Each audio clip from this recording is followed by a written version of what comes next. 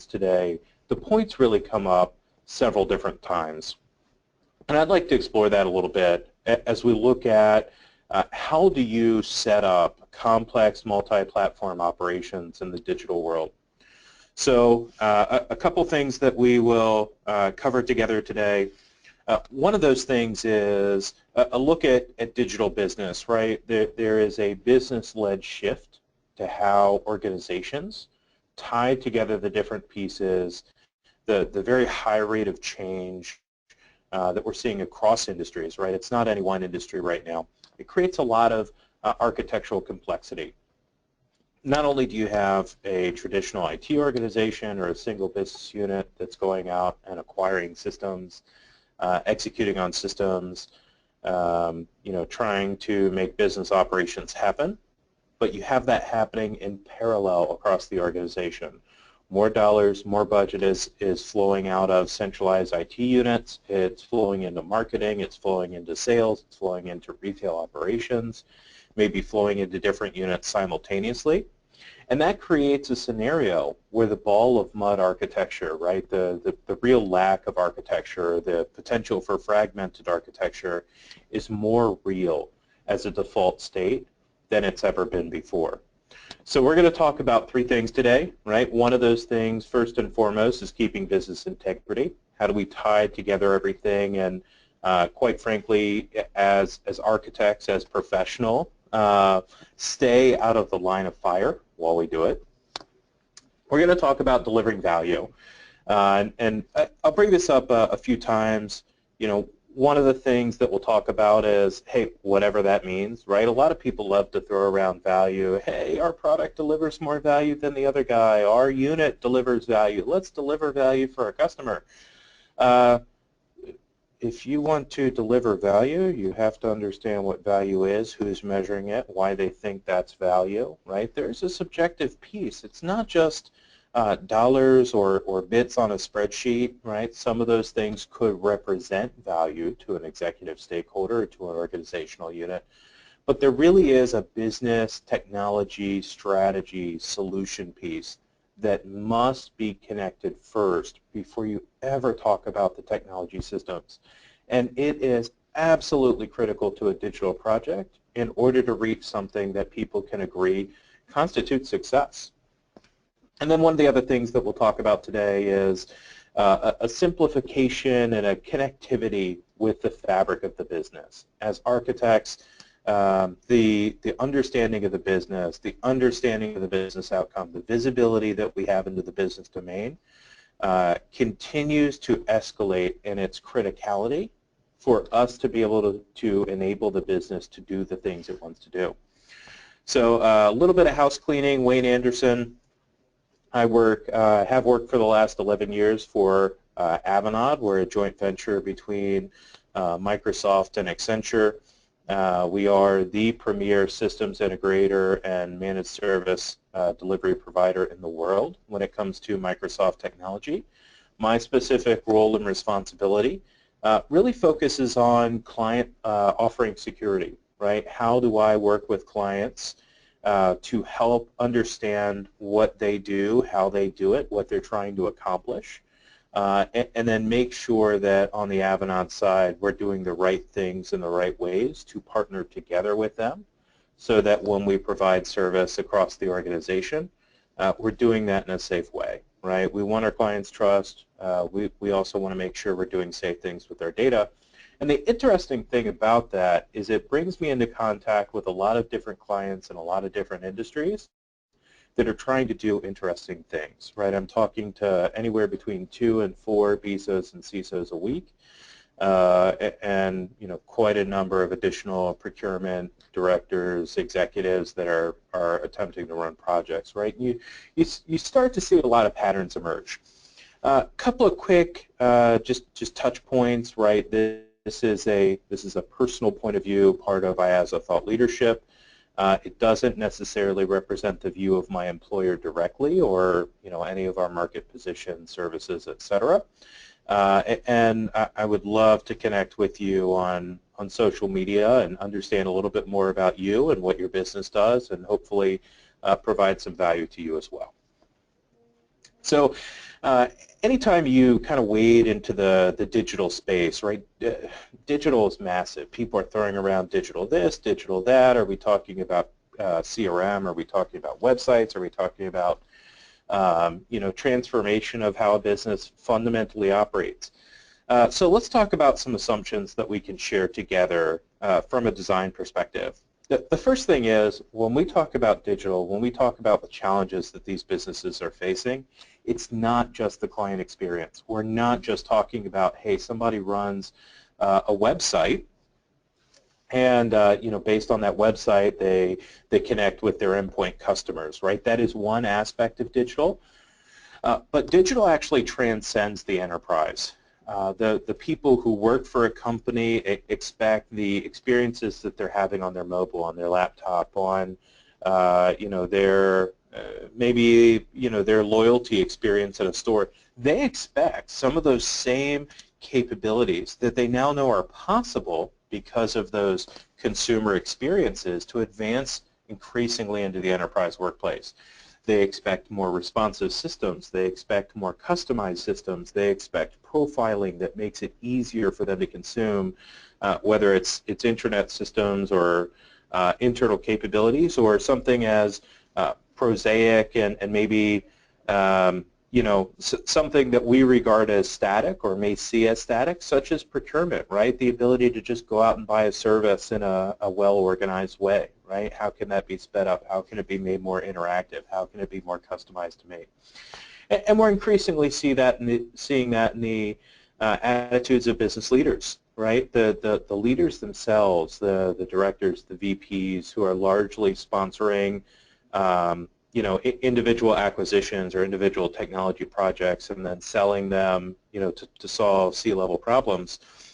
They expect the rapidity of commoditized as a service components. In the prior sessions, when we were talking about microservices, right, one of the things that was touched on really is the challenge of very few businesses are in a place where they can do the monolithic architectures anymore, right? Wait 3 years to deliver massive value in one huge swing and all the change that goes with it. Instead, we've reached a place where business leaders truly are looking for, how can I buy the service that I can deploy today, tomorrow, next week? Yeah, look, it's not going to have all the bells and whistles. It's not going to have the polish, but I want something. I want the new capability, quote unquote, tomorrow versus next year. So what does that actually mean for us? One of the biggest things, and we'll come back to this several times, is analysts across the industry are telling essentially the same story, right? CIOs and the IT organization in general, who has traditionally driven the technology strategy, stay relevant by enabling and connecting with the business in order to help the business buy their services or enable their business function in a more cohesive way. It doesn't matter what kind of organization you are, what size you are. You could have 10 employees, you could have 10,000 employees. The reality is, in almost all marketplaces right now, whether you realize it or not, with the proliferation of cloud services, the integration of multiple hosting providers, the ability for your end users to go out, throw down a credit card, and then consume a service, even out of your purview, whether you realize it or not, you're a hybrid organization with many providers that have to be managed and mapped and tracked and enabled in some way for you to have success. Now, here's the funny thing about all that, right? The business is largely leading a lot of acquisition. It's introducing multi-provider complexity into the system. But who gets blamed when those providers break? It's not the business unit. It's very seldom the provider. It's you, right? It's IT. It's the people who they expect to do the IT integrations or the business IT interface. And as architects, that can be a very difficult position for us if we haven't done the right planning and enablement and engagement work to help manage those outcomes. And it really doesn't matter how the service was acquired. the business expects a consistent way of acquiring and using an application. So whether they throw down their credit card or they go through the centralized procurement contract or they spend 6 months negotiating a specialized agreement as part of strategic sourcing with the TPA, right? There's a huge variety of ways that services can go out, but once they get to the point of production, the expectation of those services is generally universal. Our business leaders in the modern digital era expect just work. They rely on it. It doesn't matter what the service component is. If there's a disruption, particularly people have a greater degree of acceptance for outage than they have for degraded or impaired performance. Whether that's slow transactions or that's maybe data is not making it all the way through the system, whatever the system happens to be. Those can actually have greater business perception impact than the outage itself.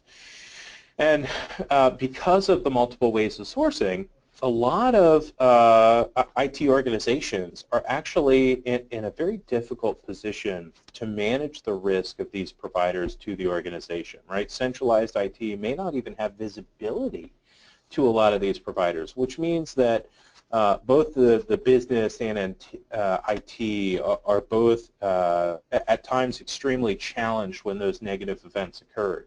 IT is not in a position to be able to assist the business. Business can become very frustrated, may not have specialized skills that it needs. And so there's a real IT service landscape, right? The views that are, let's call it above the table, may be well organized, but there can often be a cascade effect from what was originally believed to be a tactical purchase within the business unit at some point in the past. One of the things I like to say to people is your view of your IT provider landscape may be most, but it may not be all, right? You simply cannot assume that you actually know everything without doing the work to do some discovery periodically and also engineering your processes to force out those edge cases that are driving people, quote unquote, to acquire on the credit card, if you will.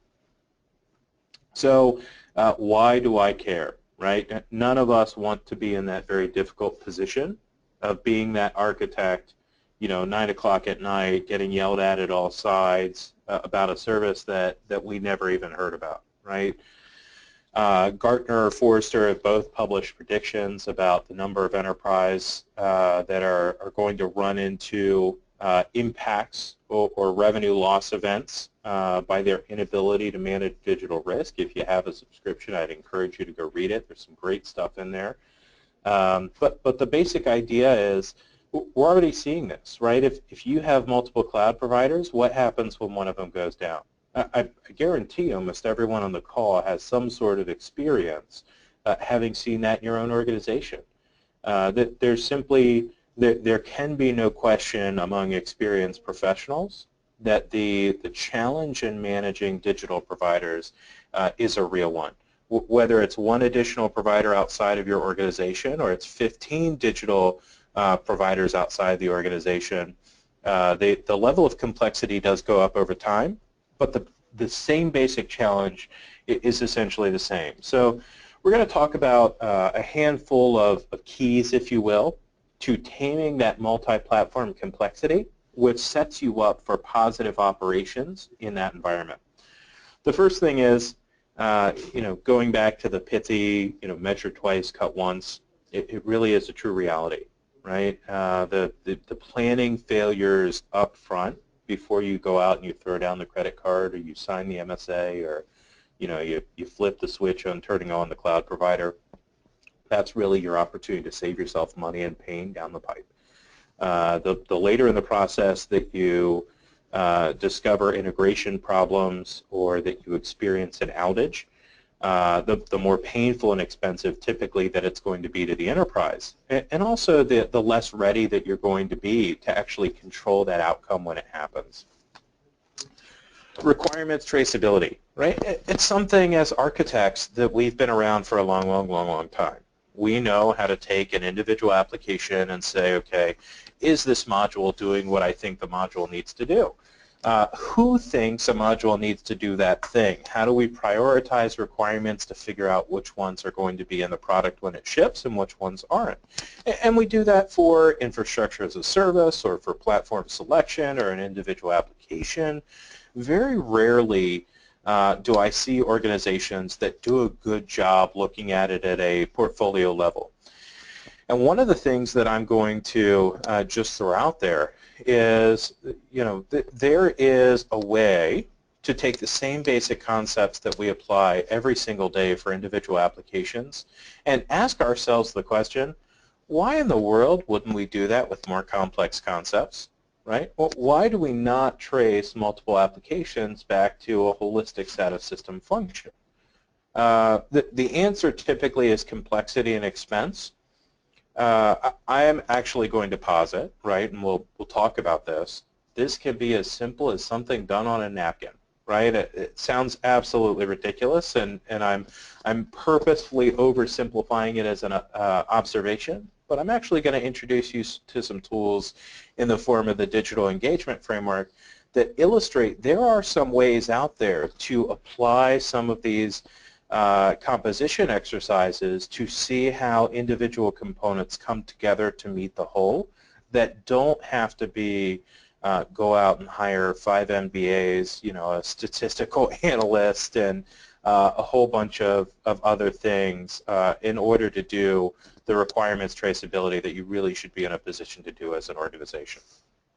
So business engagement, it really starts there. It doesn't matter what else you want to do in a digital business if you do not have a strong and effective relationship with the business unit that's going out and doing the acquisition in the first place.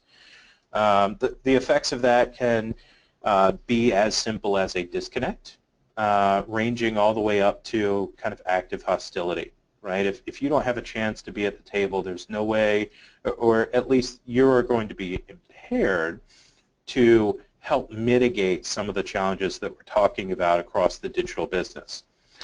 So one of the first and most fundamental questions that many IT organizations are in the process of asking themselves now, and I would actually go so far as to say this is both an individual question as well as an organizational question. Take a step back as an architect. What is your value?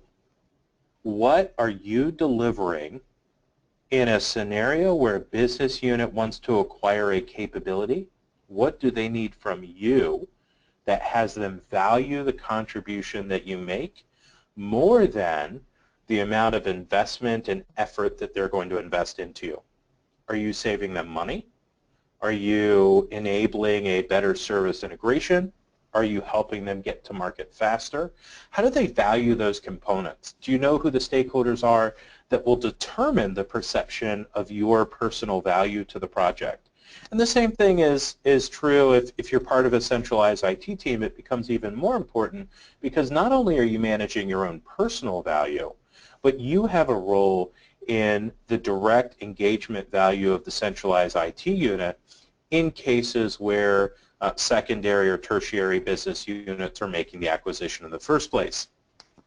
Digital vision is key. Look, it's once you understand your value, you have to ask yourself the honest question, do I have the right knowledge, skills, expertise, abilities, etc., both as an individual architect and, again, as an organization to help with the transformation that's in front of you. That's true both at kind of a macro level. Hey, here's what we expect in next year's budget. Here's what was authorized. Gosh, marketing got a lot of money in CRM. So, hey, somebody on the team better know something about cloud CRM offerings right now, right? That's all true. But also asking yourself, look, for the next 3 years, we're making some big investments as a business. And for the last 3 years, gosh, I've been working on the exchange system. In that kind of situation, I have to take an honest step back as an architect, and I have to say, what do I need to unlearn, right? My exchange skills are important, sure, right? They've been part of my success for the last 3, 5, 10 years, whatever it is, but now I'm in a position where I'm being asked to help a business unit enable acquisition of completely different technology for a completely different segment of the business in a completely different way than we did it last year. So the value to me and to the organization of that skill set is now a different equation, right? It's not the same value set. So I have to be willing to challenge myself and say, what do I need to learn that's new that replaces those things that I'm setting to the side or I'm not putting as much emphasis in? Because the way that I can be more valuable to the organization as an architect is to be deeper in this other space. It could be microservices, like the last presentation. It could be recovery of large-scale disaster, like we explored earlier today.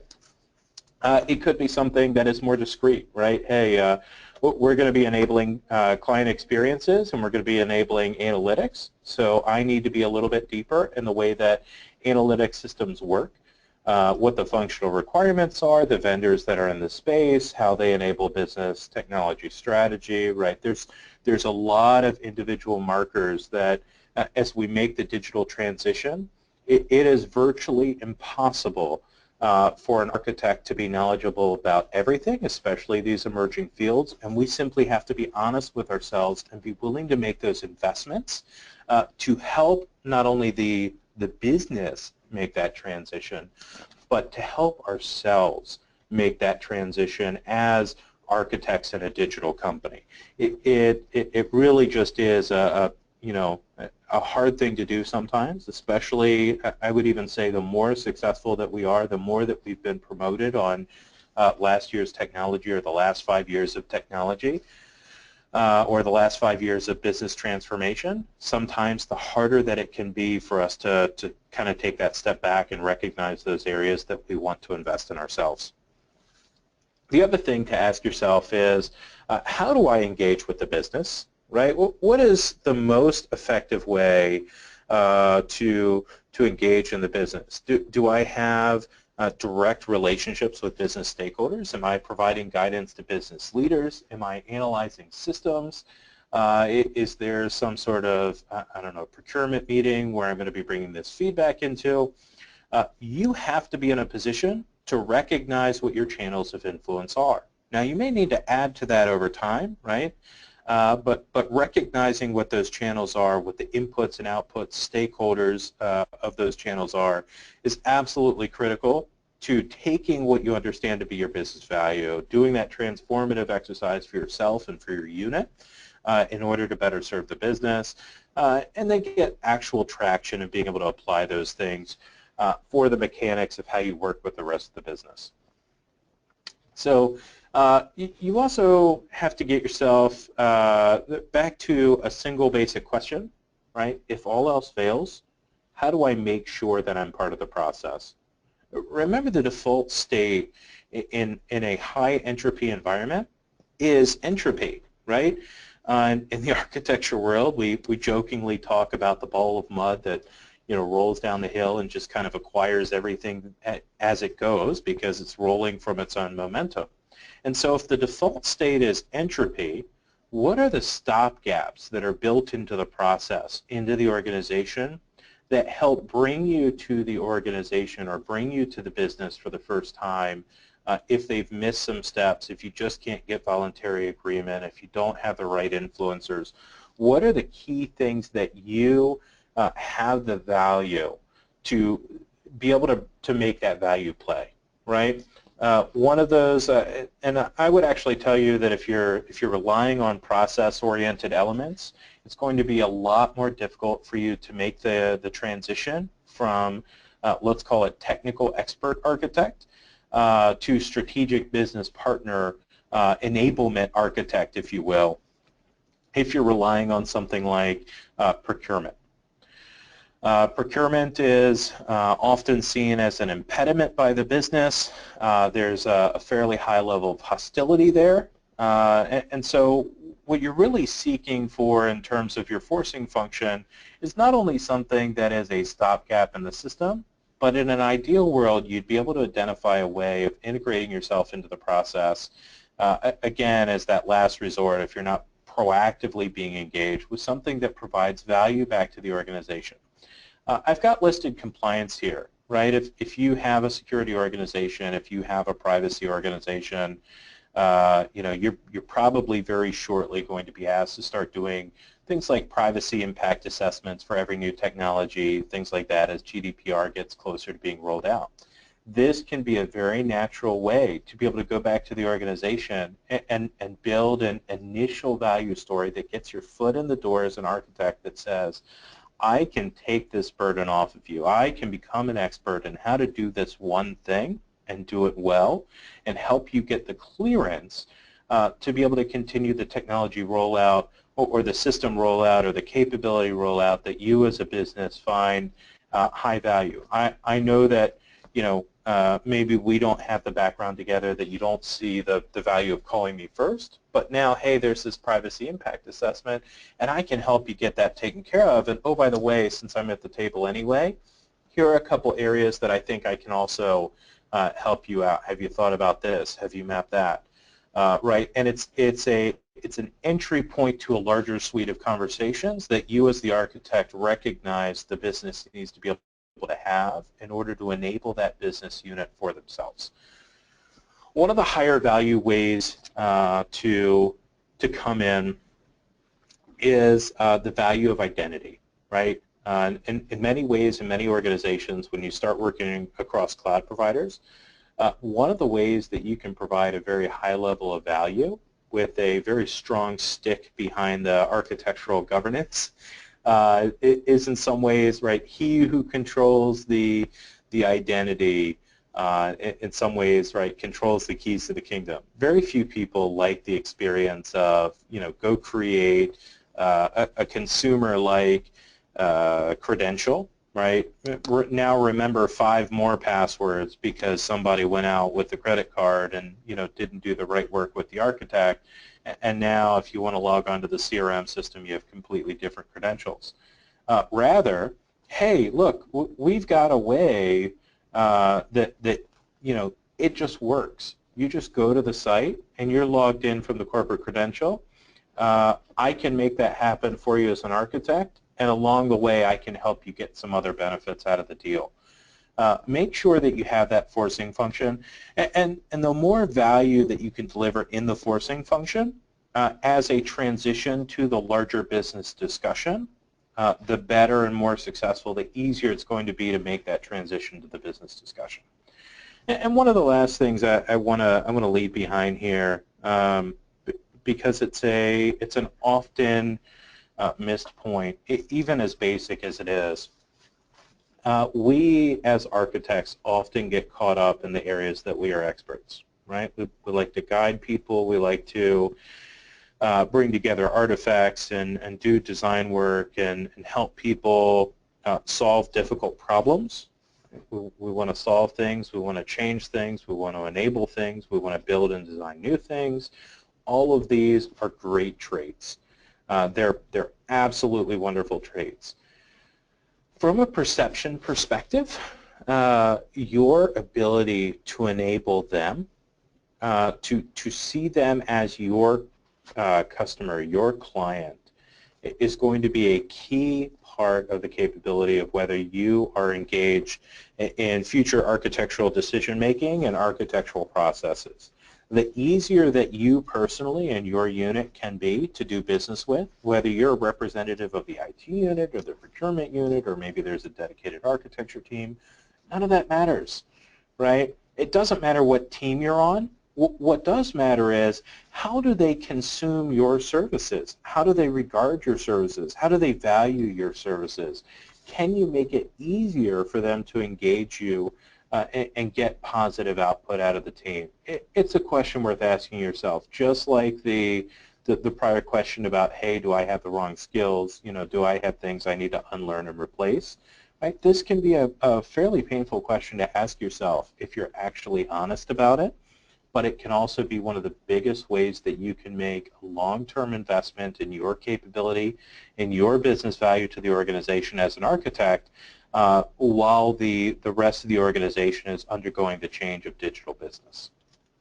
So the core of uh, delivering that architectural value in a complex multi-platform environment where, again, the large majority of enterprise, right, it doesn't matter whether you're enterprise, SMB to enterprise, any business, it is unwinding some of the complication of the value stack. So understanding what value is the first step. Don't make the assumption that value is revenue delivered. Don't make the assumption that value is simply cost savings delivered. The real truth here is that you as the architect or you as IT are probably not driving that definition, right? The stakeholder over the business unit that is on the accountability of delivering some sort of functionality on behalf of the organization, they're driving that definition. Now, their ultimate value to the organization could be revenue delivered, but the value that they're expecting from you as an architect or from the IT team or from a service acquisition or from a solution build, whatever it happens to be, may be defined in other ways.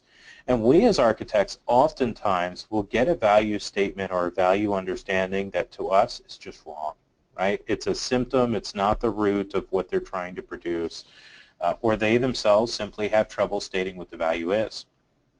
One of the things, and this is definitely a human dynamics thing, but it's very important.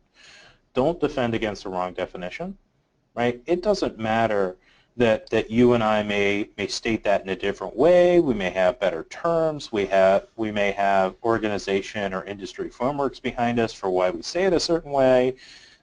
Just understand the human drivers that drive the business leaders to say what they do, right? What are they trying to accomplish? What do they feel pressure on? Who's putting that pressure on them? There are a lot of business and human factors in play. Understand what those are to better understand what success looks like, because that will allow you to adapt your approach and adapt the design elements and the reinforcement that you provide for business leadership in order to recognize or to better deliver a better perceived value from the role that you have as an architect in establishing, acquiring, and setting up the operation of whatever the solution happens to be. One of the most important things is to map the organization level agreements or the organizational expectations back to the SLAs and functional requirements.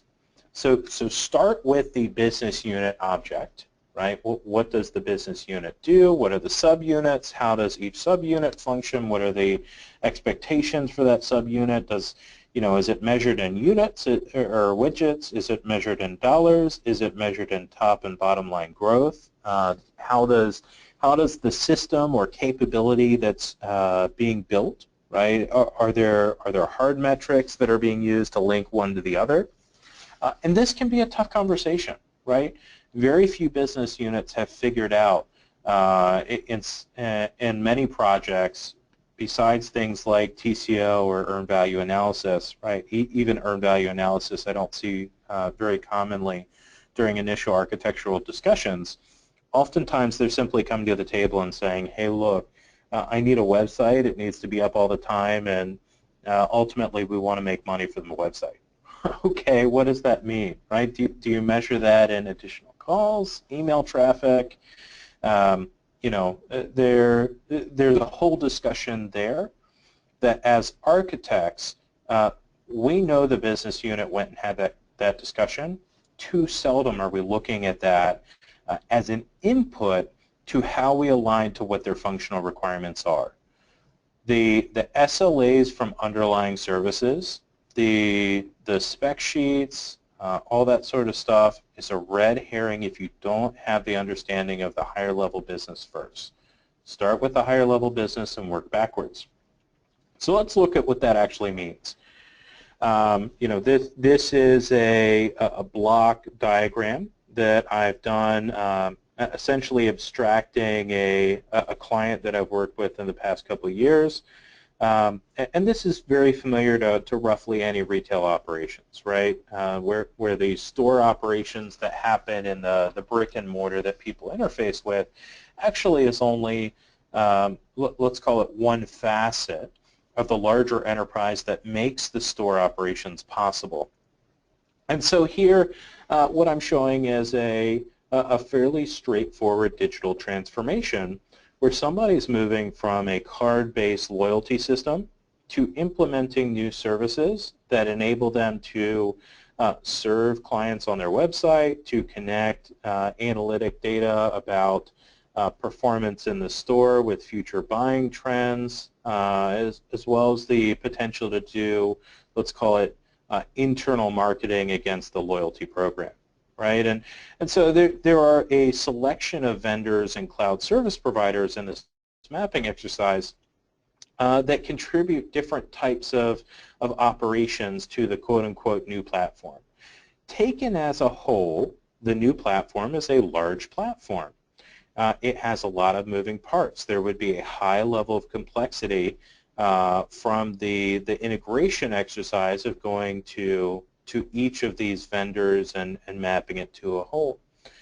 One of the things that is just absolutely critical, and this is the key point of the entire deck, if you take away just one thing from the presentation that I'm making to you today, it's can you trace from the lowest component to the top component of the organization and what that organization produces, and can you tell a story that leaves no gaps at the highest level of the organization?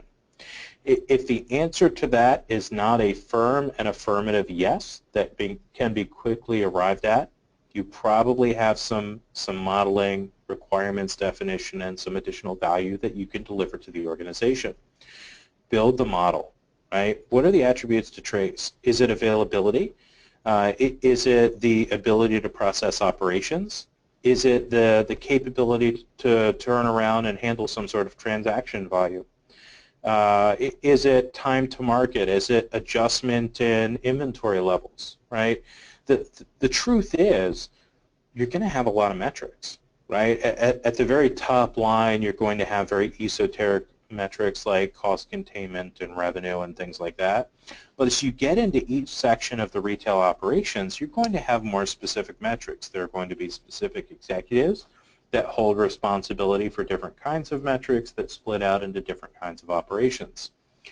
Your acquisition of vendors and cloud service providers and the discovery of the new systems that are involved in the project should have things that we are fairly commonly experienced with. Right? We have experience with SLAs. We have experience with contractual context. But by identifying what the capability of each entity is, and the SLAs, and the guarantees or the commercial support contexts of each of the components, you can start to do the composition exercise at each point in the operation to determine, do I actually reach a realistic whole?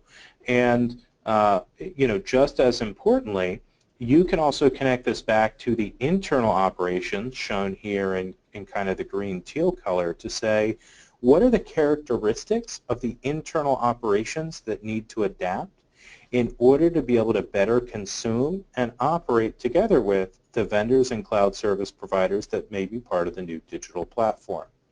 These are critical operational questions that are not fundamentally technical in nature.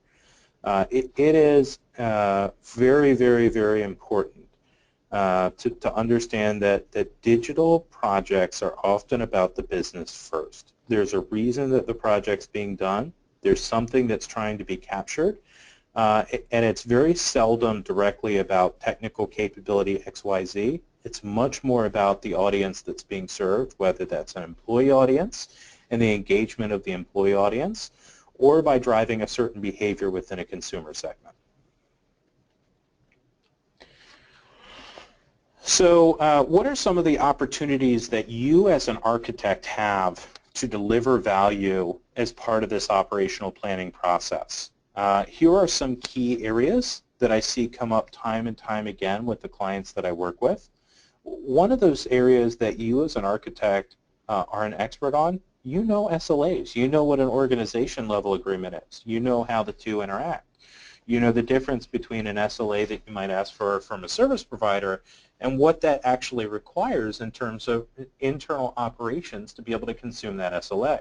So for example, it doesn't actually matter that a provider is giving you 5 nines if you don't have the ability to turn around and work with that provider in the slim segment of time that a provider can be recognized, measured as being down, and request them to take some sort of operational action, i.e. if your internal operations don't measure up to the same SLA that you're asking for from the provider, right? That's a source of future breakages that aren't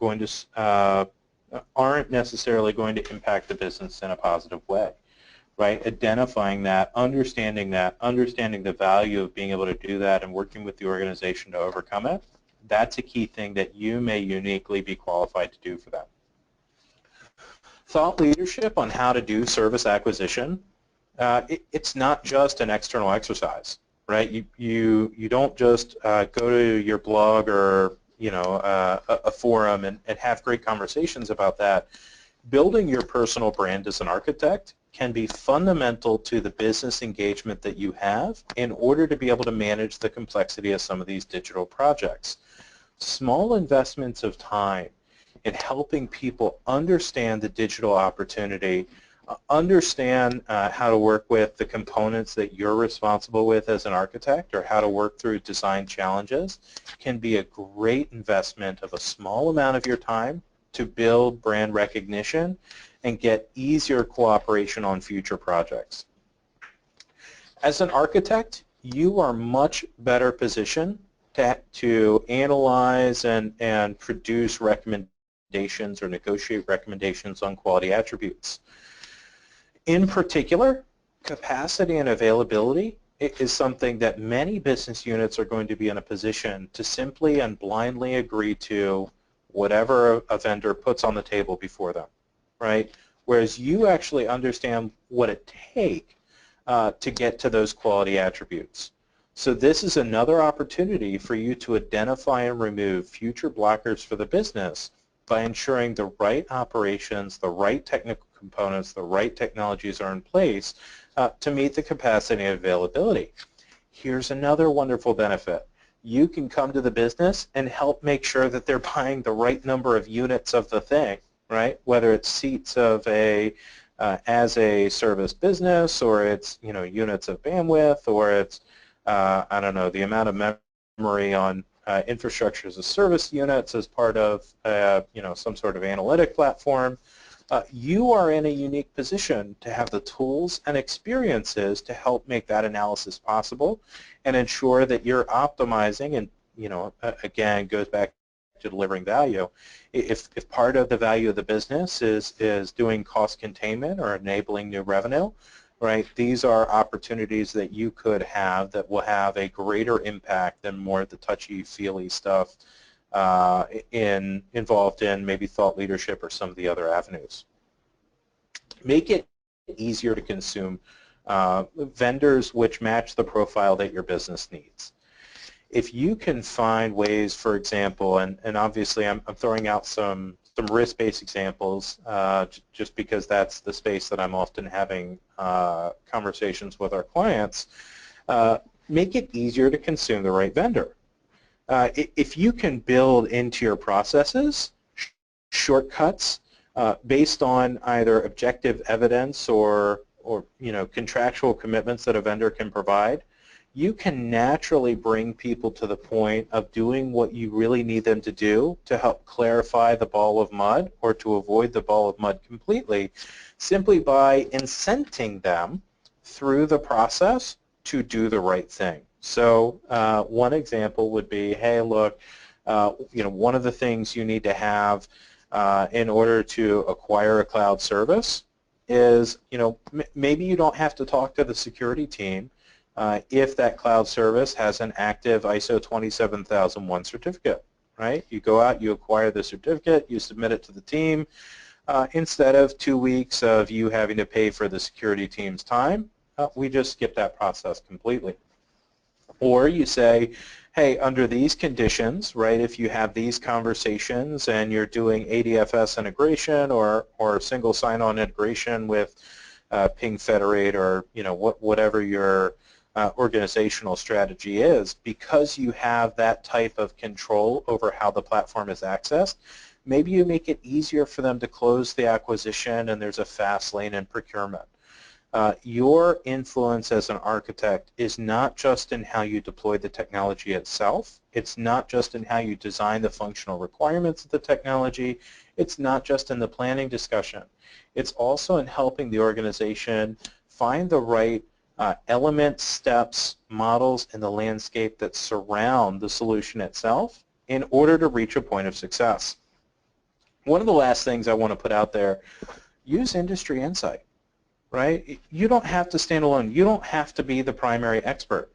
Now, I call out Accenture Strategy, Accenture Digital here, right? Avanade is partially owned by Accenture. I'm just going to throw that out there from an ethical standpoint. However, I also personally really like the work that they're doing.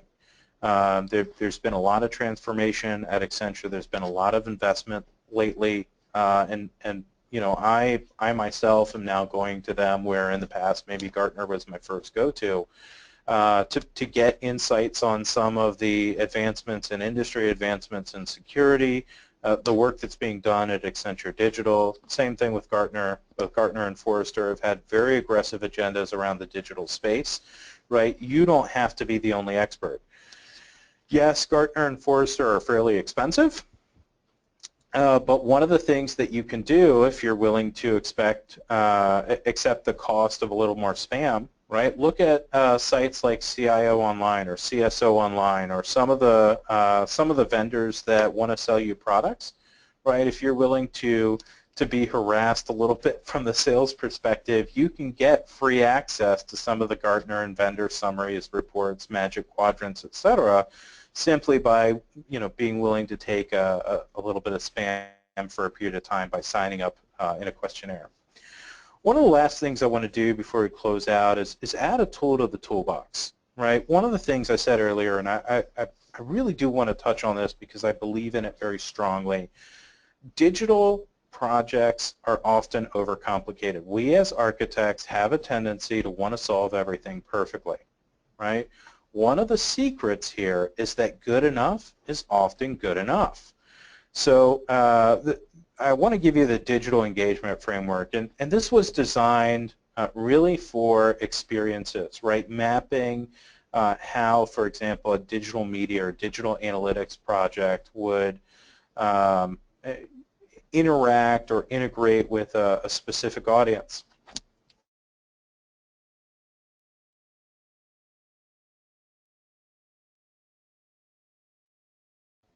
To quickly deliver planning value as a visual aid to run workshops, to capture business engagement discussions, to do very quick thumbnails of how new systems or future systems should work, to create functional requirement specs where none really existed before, right? And it's very simple. First thing is create the value creation model. Well, what are they trying to get value out of? What are the things that get created? Who are you trying to reach out to? And when you use the two things together, what defines value?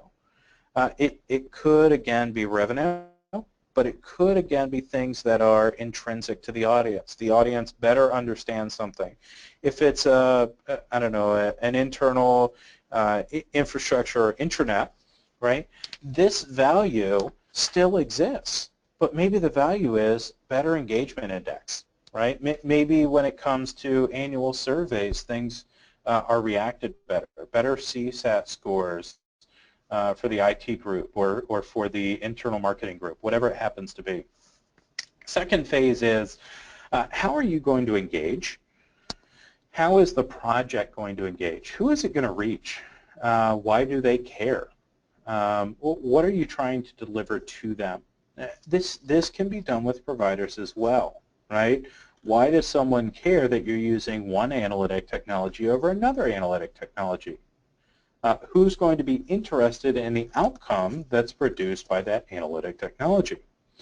Like I said earlier, even though this was put together for a very high-level capture on a, the experience-facing component of digital, I've been able to take this framework and have a lot of different conversations with it because it provides a very good taxonomy for input and shared capture across a lot of different discussions. You change your questions, you change your approach a little bit based on what you're trying to dive into. But I am a big believer in, with a Sharpie and a napkin, you should be able to tell a story. You should be able to reach a common point of understanding. And I'm just going to show you what a completed digital engagement framework looks like at a very simple view. For an internet portal, it can be more straightforward, right? It can be more technical. You can adapt it to what you need to do. Even this single step up in detail can illustrate how you can capture different types of data with it. And, I want to recognize that there are other tools out there. Look, if you work in TOGAF, and your organization understands TOGAF, right, has a lot of experience with the enterprise continuum and going from one end of the spectrum to the other, then use TOGAF. The open group has been really good about engaging some experts from the outside to write, blog entries and also capture some information on presentations and some webcasts and stuff that you can go out there and watch the recordings of.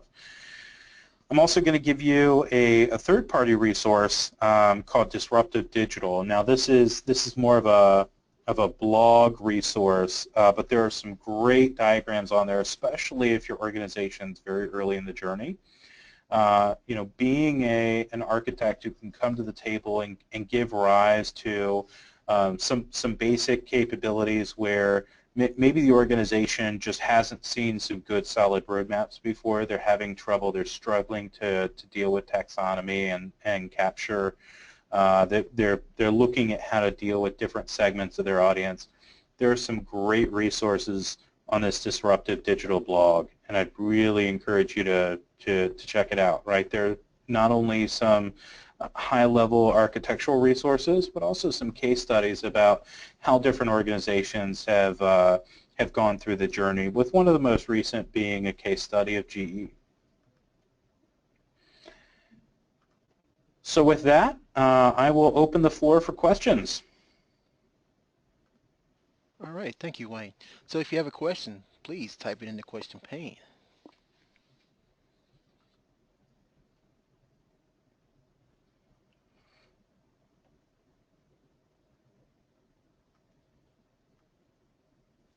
And while we're waiting for your questions, I will say that all these replays will be available in a few days for our full members. Be sure to check our repository for the replay and the downloadable version of these slides in our repository in a couple of days. And it will be available to full members only. If you're not a full member, I encourage you to sign up for full membership.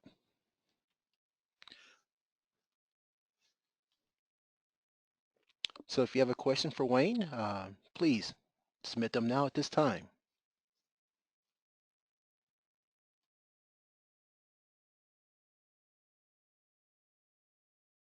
Sounds like lunchtime to me, Mike. We have a question here. Two questions, looks like. Oh, they're coming in here. Very generic question, but what is the biggest impediment you have seen in microservices architecture in digital businesses? Yeah, that's actually a great question. And one of the biggest challenges that I actually see, whether it's the use of microservices or it's the use of acquiring third parties, it's actually the same challenge, right? And that is getting quality engagement with the business in the first place. If you don't have the right relationships, if you're not having the right conversations, your influence as an architect to deliver value to the organization is going to be greatly impaired. Too often we get wrapped up in the design elements, or we get wrapped up in how to use this framework or this new tool or new program, the new project effect, if you will. But it really does begin with humans. And we can sometimes forget as architects that our business operate on a basis of humans, right? It's human-to-human contact that is led by other humans. Get the human dynamics right first. Get the right relationships and the right influence in order to be able to capture the value and have the right conversations. The design stuff will come later. Okay. And it looks like there's just a few comments from people in the audience who enjoyed your presentation. So again, thank you, Wayne, for the wonderful presentation. If there are any more questions for Wayne, please feel free to type them in now. Okay, we have one more question here. It asks, how can we hide the complexity of technology from business partners who don't know or care about the complexity? You know, that's actually a great question. And I love block diagrams. I love whiteboards. I'm a very visual person. Uh, Oftentimes, you know, we can give them information, right? And we have to serve a lot of different needs. So I work for an analytic, right? The CISO of Avanade likes to have detail, but you still have to tell the story first, right? He's a very smart guy. He you know loves to understand the detail behind things. You know, like yourself as an architect, you know maybe I've got an area of specialization that he doesn't, or he has one that I don't. So you start with the block diagram, right? Start with the napkin story. Take a napkin, draw out what your message is, right? No more than two bullets of text and a diagram that you can talk to, and be able to walk them through the block diagram. And then you know you can have the technical gobbledygook in the background, but your block diagram or your requirements matrix, you know, your small table is really where you start the story. People are okay not being burdened with the detail if they buy into the story first. When they follow up with the questions, you maintain credibility by getting into the detail where they want to go into the detail, but don't lead with the detail. Lead with the story. Okay, dokie. Well, if anyone else has a question, now is the time.